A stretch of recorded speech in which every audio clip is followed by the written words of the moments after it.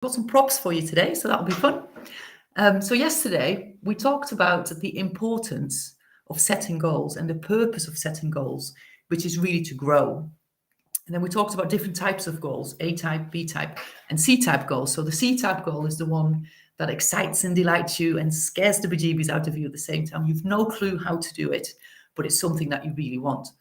So did you give some serious thought overnight, during today, to what you really want in life after that session from yesterday? It's quite scary, isn't it? Because we don't tend to really allow ourselves to think about it. And it's probably quite uncomfortable as well. But still do it anyway. Really give it your full attention and work out, what is it that you want out of life? Where do you want to be in 6 months, 12 months, 1 year, 3 years, 10 years? Because if it's different to where you are at now, you've got to start changing things, right? And basically, you've got nothing to lose. What have you got to lose? Nothing. You've got everything to gain by doing that. Because why shouldn't you be living your life the way you really want to live it, right? We're not put on this earth to suffer and to settle, although that's what I used to think when I, even just a few short years ago. We're really here to feel good. And just look at nature, right? So nature is for well-being. It's always recovering. And us being a part of nature, we are meant to be feeling good, right? So as I said yesterday, put on your own oxygen mask first. When you're okay, the rest of the world around you is also okay. So I always think if there's a purpose to life, then it would be to feel good. That would be the purpose every day. I always tell my clients, the biggest job you've got is to make sure that you feel good every day. Because when you feel good, you attract good and you give good. And really, although it doesn't really feel like it, some or even most of the time, we are actually in control of how we feel. And we said this yesterday, right? The only reason that you're not living your goal right now is because you haven't made a committed decision to do it yet. And you also don't know how to do it yet, which is why it's difficult for you to make that committed decision. But you can learn. Talked about riding a bike yesterday, driving a car. And we also talked about success. So we said success is the progressive realization of a worthy ideal. So as long as you're moving towards your goal, moving towards something that you want, you are, right? And a successful person is a person who deliberately and consciously is doing what they really want to do. So ask yourself, is that what you're doing? Are you doing the things you're doing because you really want to be doing them? So today is all about overcoming obstacles. We'll dive into something we call the knowing-doing gap, which basically is the question as to why do we not do the things we know we should be doing, and which would give us way better results. Maybe like going to the gym to get fit or switching off from work over the weekend. We know that that's what we want, but instead we're hitting that snooze button instead of getting up to go to the gym, or we're checking our emails over the weekend. And it's also why we do things that we know are not going to give us the results that we want, like eating the pieces of chocolate cake or McDonald's when we actually want to start releasing some weight, or logging on in the evenings and the weekends when actually we want to be off. So all shall be revealed.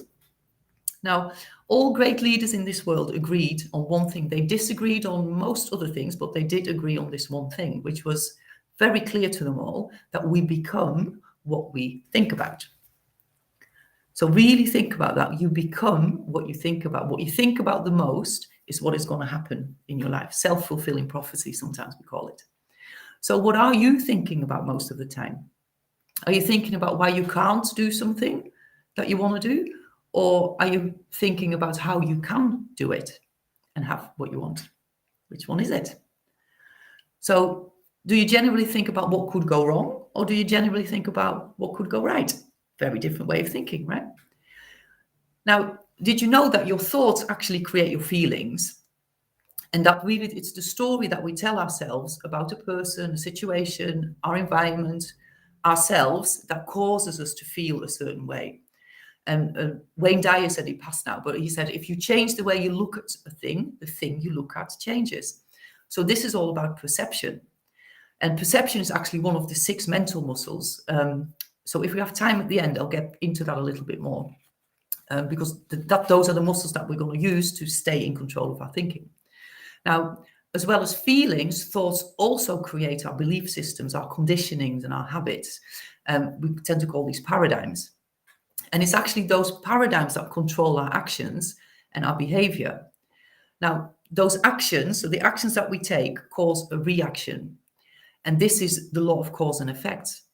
That basically states that every action has an equal reaction. So here's the first prop. So this is Newton's pendulum. I actually broke it, but it should still work. So you see that there? So when we pull out one of these beads, the reaction is that the one bead moves, right? So let's pull 2 now, and 2 will move. Okay. Now let's move 3, and 3 will move. It should work with 4, although it's a little bit off balance, but there we go. And 4 will move. So every action has an equal opposite reaction. It's nature, right? It's a natural law. Okay, so those reactions are what we call our results, our environment or our circumstances. And the good news is that we have total control over our thoughts. So let's take a closer look at this. So thoughts occur in our mind, and in our thinking into results training, we work with 2 parts of the mind. There's probably loads of other parts of the mind, but we work with 2 parts, the conscious and the subconscious mind. So let me show you a picture of the mind that we're using, which was created back in 1934 by a doctor called Thurman Fleet. And it's important to have a picture of something for us to work with, because we actually think in pictures. If I ask you to think about an apple or a hot air balloon or a cup of coffee or your car, then, or an elephant, then sort of a picture flashes in your mind, right? So our thoughts and our feelings actually create an image. So this is what we call the stick person. So Dr. Thurman Fleet, I love that name, he drew a large circle and then divided it into 2 parts. And the top part is the conscious mind, and the bottom part is the subconscious mind. Okay, and then he added a little circle. Okay, and he called that the body. You see it? So the body is actually an instrument of the mind. So it's this is the picture that we'll use of the mind, and we call it the stick person, or also known as the secret genie. Okay, so the thing is that the conscious mind impresses thoughts and ideas on the subconscious mind, which are then expressed through the body. The body then takes action. The action gets a reaction, and that reaction we call our results. Okay, now, the conscious mind is our thinking mind. And it's our reasoning mind. This is where ideas and thoughts occur and where our logic lives, basically. It's our individual mind. It's what individualizes us. And the conscious mind has the ability to accept or to reject an idea. Your choice, we choose. So as an example, so think about your goal, something that you want, and then a thought comes up about why you can't. Now, you can reject that idea, right? That's up to you. You have a choice. You can reject the idea of why you can't. Now, the thing is that once you have accepted an idea or a thought, what we call the law of polarity comes into place. So the law of polarity states that everything has an equal opposite. So there basically isn't a hot without a cold. There can't be an up if there isn't a down. There is no in without an out. There's no left without a right. There's no bad without good, and vice versa. And there's no negative without a positive. And there's no positive without a negative. Okay, so everything has an equal opposite. So once you've accepted an idea, you can then choose to label it positive or negative. So you can choose to look at the positive aspect of it or at the negative aspect, because everything just is. We attach a story to it and we make it a positive or a negative story. So what tends to happen very often is that we come up with a great idea. Maybe it's your goal, something that you really want, and almost immediately the negative thought comes into play. It comes into our mind about why it isn't possible or why we can't do it. So now that you know that that is just part of the law of polarity, it just happens. It doesn't mean that it's not meant to be. It doesn't mean that you actually can't do it. It's just part of the 2 sides of each. So the 2 sides of the spectrum actually playing out. So both of them are going to come up. Positive and negative is going to come up. So now you choose, right? Your conscious mind can choose. What are you going to focus on? You decide. Decide that you're going to reject the negative thoughts and you focus on the positive thoughts. You've got to train your mind to do that, right? Because we are really taught from a very young age to focus on the negative stuff, to focus on why we can't. When you got your report card when you were little and you maybe had 5 really good grades and 1 that wasn't so good, the focus is on the one that's not so good. Okay, so from very early age, we're taught to focus on negative rather than on positive. But it is a decision, and you can absolutely reject any negative idea about anything. So then once you've accepted an idea and you get emotionally involved with this, so that this is attaching the positive or negative story to it, it is then impressed upon your subconscious mind. Remember, that's your subconscious mind. Okay. Now, the subconscious mind operates very differently to the conscious mind. So the subconscious mind has to accept everything that is given to it. It has no sense of humor. It has no judgment. It will accept everything that you impress upon it, whether it's good or bad. It really doesn't care. Okay. Do a little exercise. So let's just close, if you can, close your eyes. Not if you're driving, obviously. If it's safe, close your eyes. Now, imagine that you're going on holiday and you are stepping off a plane in a hot country and you feel the heat hitting your body. Then you walk into the terminal, which has air conditioning, and then your skin starts to feel the cool air. Now you're going through passport control, you collect your new suitcase, the one with the butterflies on it. In fact, you nearly missed it because you were still looking for your old tatty black one. You get into the car that's driving you to your hotel. The hotel is beautiful, 5-star plus luxury. You check in, you have a laugh with the receptionist. You get to your room, which really smells lovely of fresh lemons. You get your swimsuit on, you step into your flip-flops, you pick up your towel, and then you walk down the stairs. So as you're walking out of the hotel, you go past the restaurant and the swimming pool. You can smell the chlorine of the swimming pool. You go down the steps to the beach, and as you're walking onto the sand, you can feel the hot sand spraying over your feet and your flip-flops. There's your deck chair. And the cushions on the deck chair are super, super, super comfortable. So you sit down, you rub some coconut sun cream, and you relax. Now, there's the waiter, and you order a cocktail, and then you lie back and relax. You can feel the sun on your skin. You can hear the waves crashing, and you can hear some kids playing volleyball in the distance. And when you look out, you can see clear blue sky and a turquoise ocean. Oh, there's the waiter with your drink. It's lovely and cool. And you take a deep breath and a long sip. Delicious. Now open your eyes. Were you on the beach? Were you on holiday? Did you smell the lemon in your room? Did you smell the coconut? Did you feel the sand on your feet? Did you feel the sun on your skin? Did you hear the kids playing volleyball? I bet you did, if you properly imagined it. So that's what I meant. Your subconscious mind believes everything you tell it, right? So you imagined it. It wasn't real. You know, when you've opened your eyes, you're sitting wherever you're sitting. You're not on the beach. Or maybe some of you are, but most of you probably are not. So you imagined it in your mind, right? Now, imagination actually is another one of our 6 mental muscles, and we use it all the time, but we mostly use it to imagine things that we don't want, right? So we worry about things. Now, the thing is that everything is created twice. It is first created in your mind or in somebody's mind, and it is first a thought or first an idea. And then it is created in the real world. So think about the top that you're wearing. Someone first thought of that. Think of the chair that you're sitting on. Someone first thought of that. Think of your iPhone.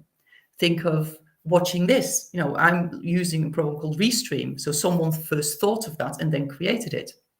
Many of us use Zoom or Teams or Google Meet for our meetings at work. Someone first thought of that. Okay? So the thing is that everything that you can perceive and you can experience in your tangible world was first a thought. Okay? Now remember that we become what we think about. Okay?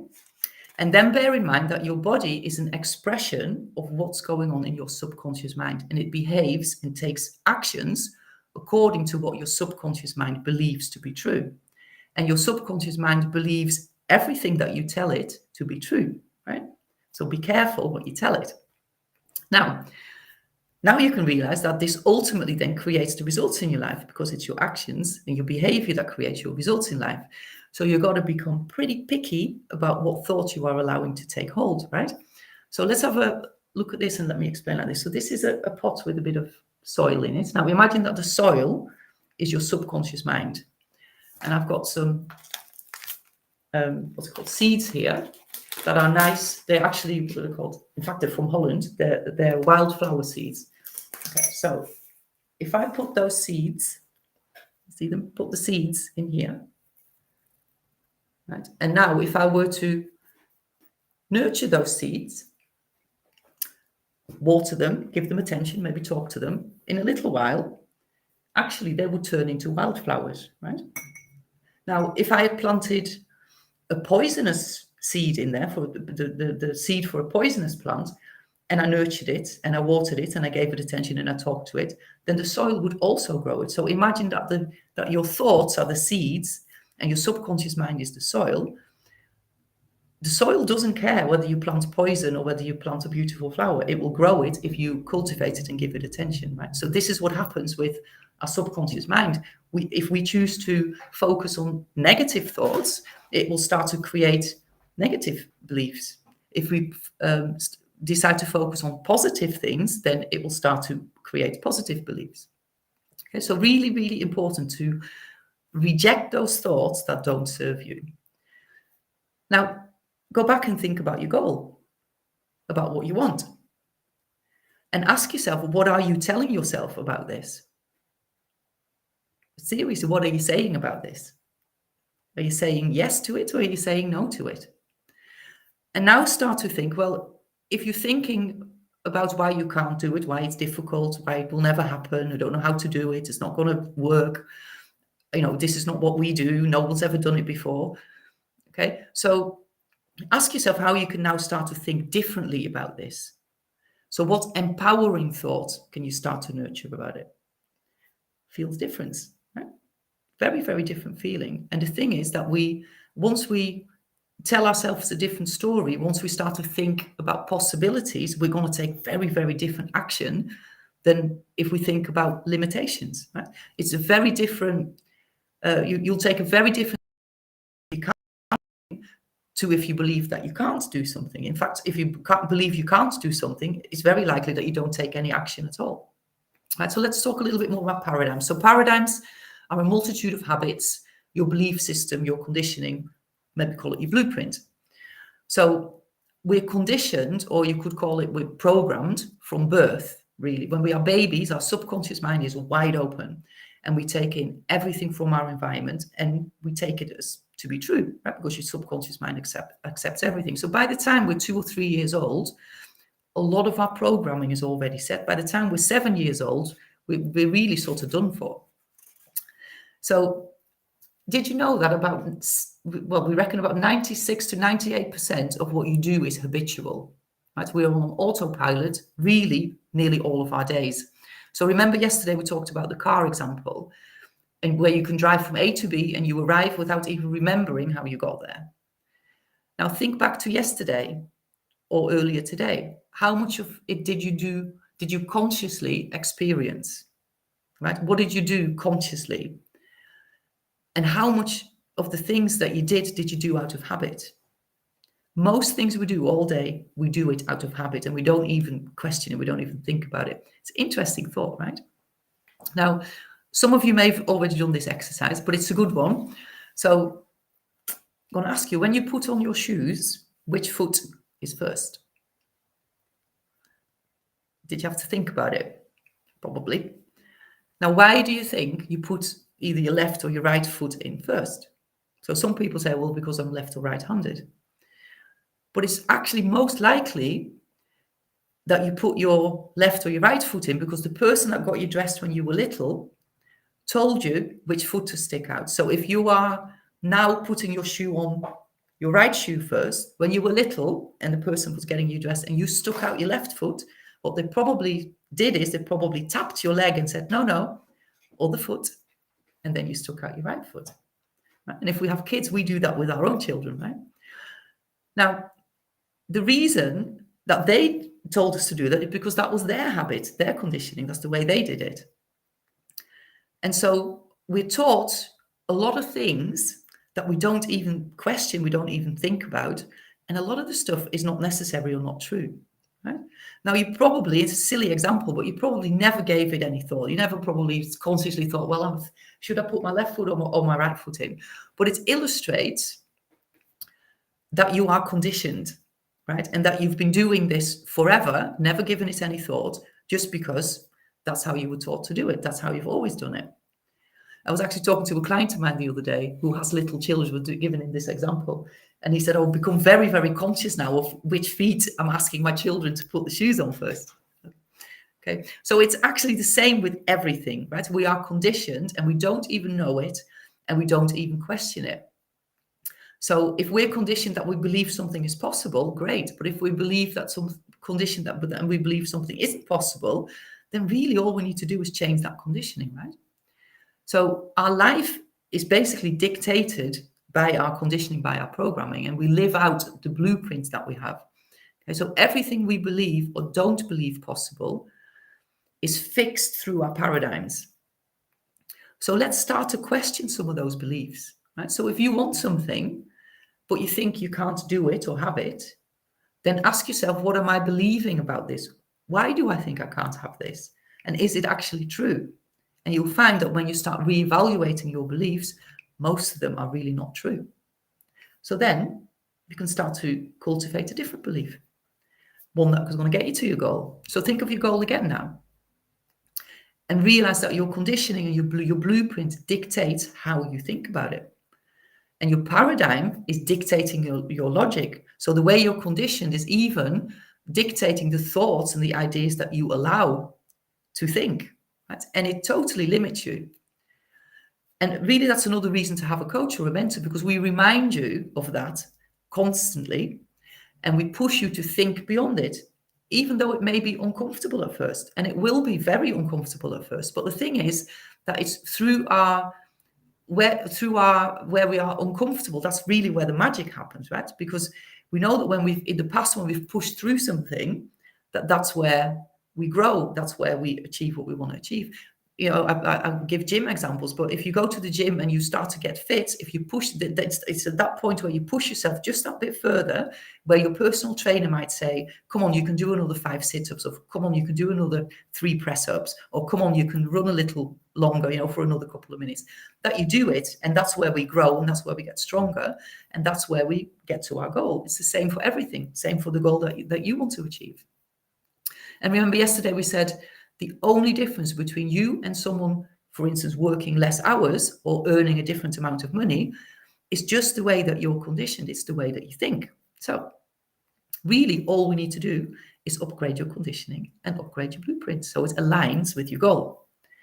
And we need to do that not just through guiding our thoughts, but also by changing some habits. And that's a big thing, is to change some habits. So here's another exercise.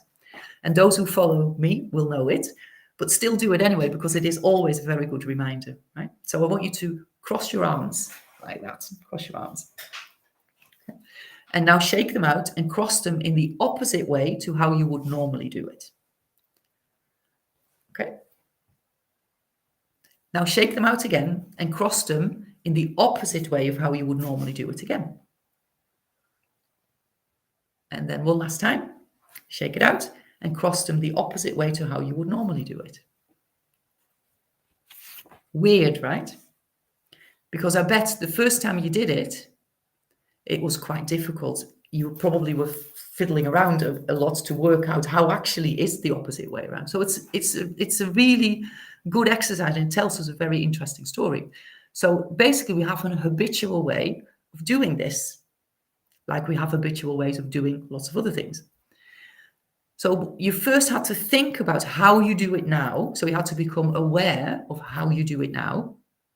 And then you had to very consciously work out how to do it the opposite way. And it took a few efforts, right? It took thought, it took effort, and it took a few goes. So when you first tried to do it the opposite way, it's quite hard. And maybe it was a little bit easier the second time, and maybe, a little bit easier the third time, but it still would take a lot of thought for you to do that. So if I asked you to do this again tomorrow, you'd probably have to start that process all over again. You'd have to first become aware how you're doing it now, and then you've got to work out how to do it the opposite way.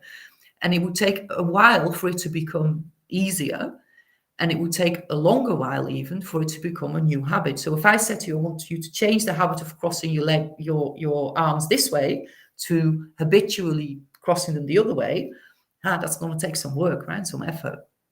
But the thing is, you can learn to do that. Okay.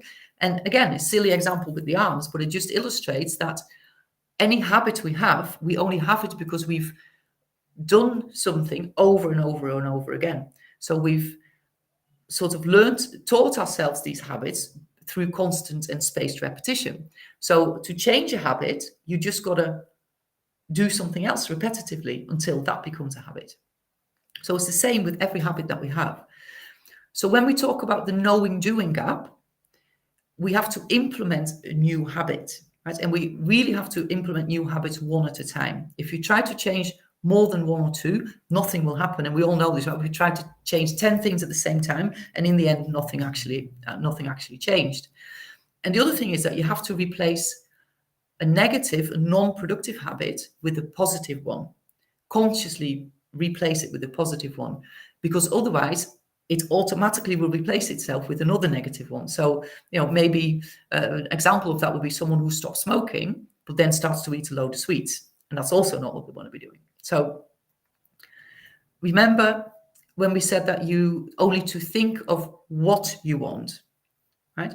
And the how is going to reveal itself later. Well, the thing is that you don't know how to achieve it yet. But if we apply the same principles that we did here, so we're going to open our minds, start to think about things a bit differently, and start to implement some new habits, then you're going to learn how to do it.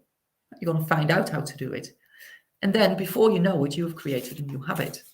And because a habit is an action, and it will create a different action, so your different action is going to create a different result.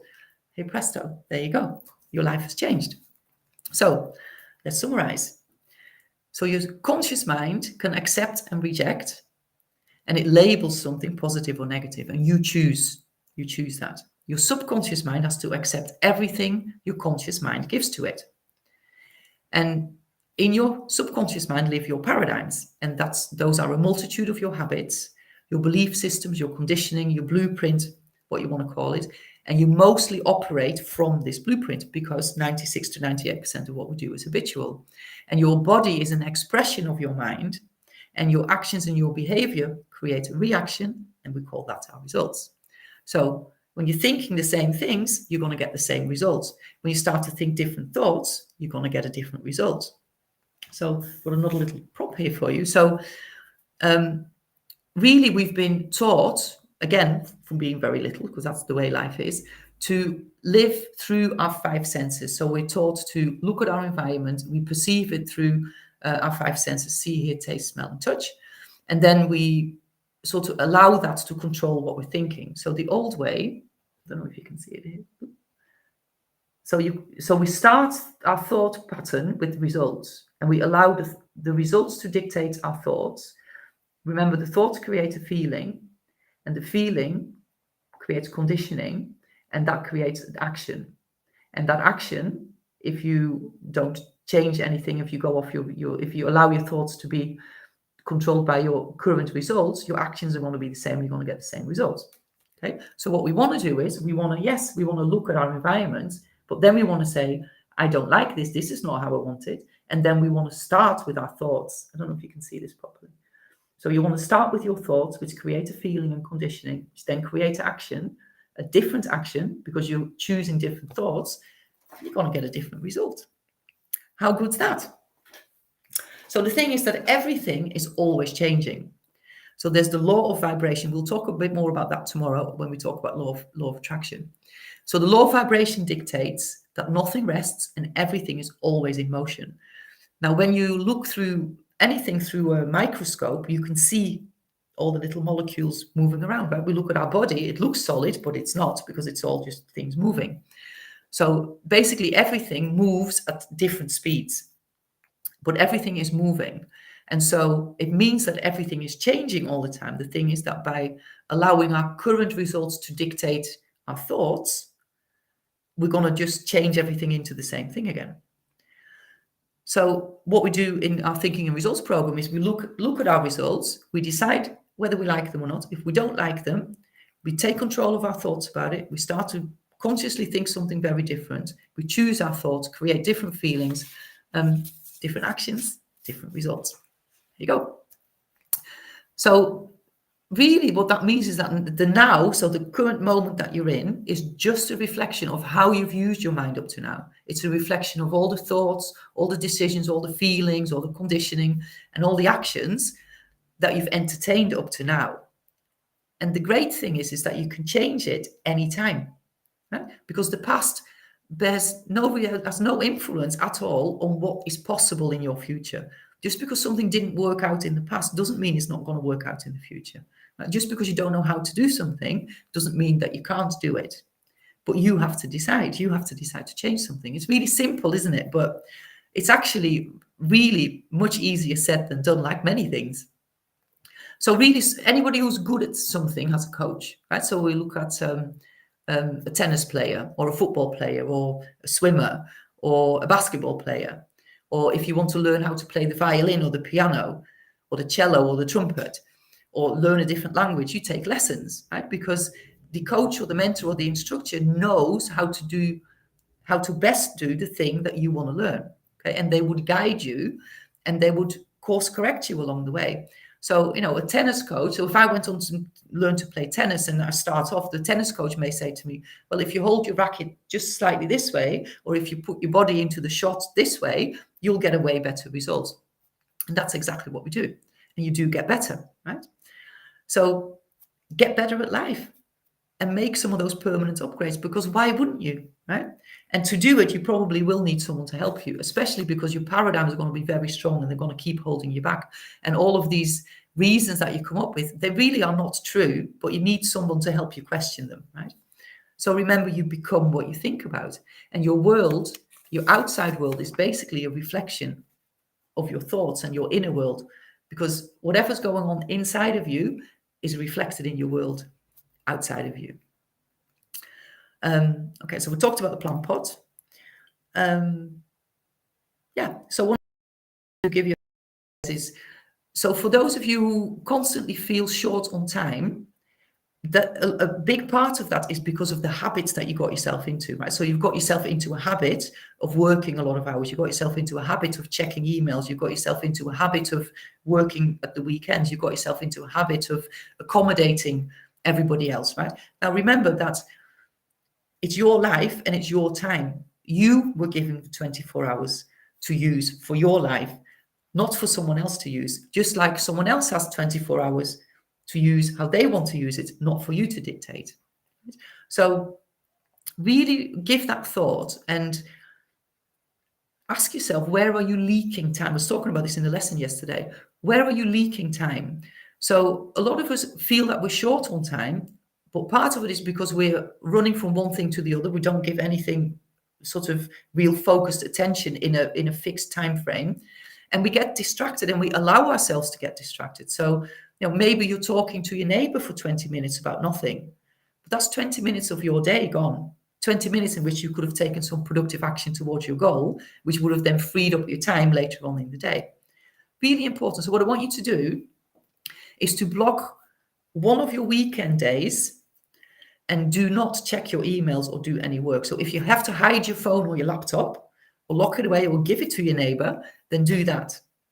So do not check emails, do not write any emails, do not do anything to do with work for one day at the weekend, not even on a Sunday night, right? And think about one thing where you tend to get distracted in, which is leaking your time. And then I would love to hear how you get on with that, because this is a habit that you're changing. So to change a habit, you've got to want it, and you've got to be consistent, and you've got to persist. right? And the first thing is you need to become aware of it, and then you have to remember it, right? So interesting exercise. Would love to hear how you get on. So homework for everybody. So to start opening up your mind, let's do a couple of things differently. And just try it for a week and see what happens, right? And or try it for longer if you want to, but try it for a week. Give it a bit of time and see what happens. So start to brush your teeth with your opposite hand, right? And then take a different route when you're going to somewhere. So if there's somewhere that you're going more or less on a daily basis to the same place and you take the same route, slightly change the route. So maybe it's, driving to work or walking to the bus stop or maybe going to the shop or really anywhere else that you go on a daily basis. So if you would, turn left and then turn right, turn left and turn left, or turn a different right, or, take just a slightly different route. Because when our environment changes, what happens is that our senses, our 5 senses, are stimulated in a different way. And when that happens, our thoughts start to change a little bit. It really works. And you're going to come up with some different ideas. And do it bearing in mind and thinking about what it is that you want. Think about your goal and allow the different ideas that are going to come up about your goal and how you can achieve it. Entertain them, allow them to come in, and allow yourself to give them some thought. Okay, let's see if there's any questions. Okay, so there's one here. Look. Okay, yeah. So why is it so difficult to change a habit? Well, it's because it's new. It's because you haven't thought of it, and it's because it's really quite fixed. So to change a habit, you have to really want to make a change, right? Because that's going to give you the persistence to do it. And it's just training yourself and making the effort to do it. And like I said, just change one habit at a time, because if you try to do too much, it just won't happen, because you can't think of all these things at the same time. Okay.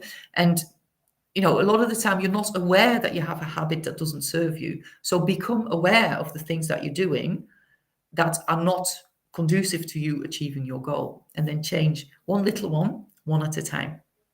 Okay. And the other thing, it was actually, I don't know if you heard of the guy called Joe Dispenza. He's great. I watch him on YouTube a lot. So he explained, and this was something that really resonated with me a few years ago. He said, the thing is that when we think something, our thought creates a chemical reaction in our body, and it's that chemical reaction that we call a feeling. Okay, so our body sort of gets addicted to the chemical reaction. And so here's an example. So if you drive to work every day, and at 8:30 in the morning, you're stuck in traffic, you're really not happy about it, you're pissed off about it, and every morning at 8:30, you start getting frustrated, maybe a little bit angry, you're feeling like, frustrated. Now, then you get to work and you sort of forget about it, but the next morning, 8:30, you're stuck in traffic again, same feelings. Okay? Now, this goes on. Now it's Saturday morning, and you're in bed, maybe you're having breakfast in bed, you're totally chilled out, you're having a great time, you're doing whatever you're doing, but you're relaxed and you're feeling good. About 10 to 9, your body is going to go, oi, I should be feeling pissed off now and frustrated and angry. And then it's going to make you think of things that are going to cause that feeling, because your body is craving that chemical. So all of a sudden, you start thinking about how your partner upset you the other day, or you start to think about how work didn't go well, or you start to think about all the stuff that you have to do that you haven't got time for. And before you know it, you've started to feel angry and frustrated again. But it's because your body is craving that chemical, and it's causing you to think thoughts. So we've got to be in control of our thoughts. I'll talk about the 6 mental muscles in a minute. So we've got to stay in control of our thoughts. We've got to make an effort and put the energy and the time in to change some of the habits. But it becomes a little bit more difficult, because your body, if your sort of normal state is a negative feeling state, then you need to sort of wean your body off those chemicals and start your body getting used to the happy chemicals. And actually, you can do that very, very quickly, right? Because what tends to happen, and see this, I've experienced this myself and I see this with all my clients, all of a sudden you realize that your sort of go-to thought pattern is to look at the positive side of things. Your go-to question is, how can I do it, rather than how can't I do it? But it takes some training, and it takes some effort and some time to do that. Anyway, so I hope that answered the question. And then you have someone asking, how do you control your thoughts? So, well, we control our thoughts by using our 6 mental muscles. We have a whole lesson on this in the training, but I'll just touch on them briefly. So one of them, a few of them I already mentioned. So one of them, imagination. So we use our imagination all the time, but most of the time we imagine things that we don't want. So we have to start to learn to control that and focus our imagination on the things that we do want. And everything is created twice. Self-fulfilling prophecy. What you think of the majority of the time is what you're going to see in your outside world. That's what's going to be your result. So another one is reason. So this is our ability to think, our ability to reason, our ability to apply logic. This is where the thoughts come in. This is where we decide whether we accept or reject a thought. That's through our reasoning factor. Then we have perception. I mentioned that before. So perception gives us the opportunity to literally look at something from a different point of view. So I ask people, get my book, if I point at that, is that left or right? So for you, it's probably left. Now if I ask you, is that left or right? So for you, that's probably right. But for me, it's the opposite way around, right? So I'm right and you're right. It is just literally the way that you are looking at it, from which point you are viewing it. Okay.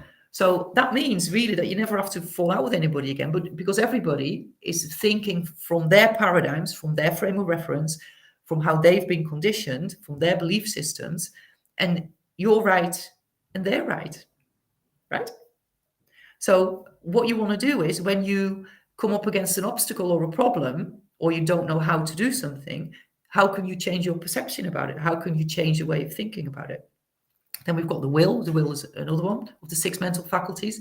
This is where the will gives us the opportunity to focus on one thing to the exclusion of all other things. Okay, so it allows us to not be distracted when it's well developed. And one of the ways to train your will is to focus, for instance, on it. Go somewhere quiet where you don't get disturbed, and for 5 minutes a day, focus on the light of a candle, or focus on one dot on the wall. Because you can train your mind to just keep focusing in. And every time your mind wanders, bring it back. Every time it wanders, bring it back. Just keep doing it, bring it back. It's a bit like training a dog. Bring it back, bring it back. Because if you can focus on one thing, you can focus on anything, right? So it means then that you'll be able to focus on the positive aspects, for instance, of your goal. It's going to make that easier. Okay. Then we've got memory. So memory is where we store information, and we tend to it's like a filing system. So something that happened 6 years ago, if a similar situation happens today, we will go back into that filing system, and we remember how it was at the time, and we will allow ourselves to be controlled by that. That's not how we want to use our memory. We want to use our memory to think about how we can do things, to think about solutions that we've come up with before, and use that instead. And the last one is intuition. So Bob quotes this. When we are praying, we're talking to God, but when we listen to our intuition, that's God talking to us, right? So that's basically your intuition. When you get that niggling thought of go and do this, or turn left today instead of right, or maybe you walked out the door and you go and a thought pops up, so I should take my umbrella, and maybe the sun's shining, but something says, go and get my umbrella. Now what we do is we then go, there's a sun shining, I don't need my umbrella. But actually what then happens is that 3 hours later, when we're, on a fun fair somewhere, and it starts raining, now you wish that you had your umbrella. So it's these little sort of ideas and inspirations that come up. Your intuition is very quiet, so you've got to be calm and quiet for you to actually hear it and listen to it. Absolutely listen to it. Anyway, got a little bit over time, but I hope that was helpful and interesting. I love all this stuff. It's so great. And, I really, really enjoyed this session, but there's so much to share. And we've really hardly scratched the surface on any of this stuff, right? So what I want you to do is to keep thinking about your goal, and then guide your thoughts consciously to the positive side of the spectrum, right? And just remember that everything just is. Any person, any situation, we ourselves, everything just is. We make it a good or a bad thing by choosing the way that we think about it. So let's choose to start focusing on positive thought patterns. So if you have any questions, reach out anytime. And I can't wait to see you tomorrow. I'm going to talk about frequencies, the law of attraction, and a few other universal laws. Basically explain how to manifest what you really want. So have fun with it all, and I'll see you tomorrow.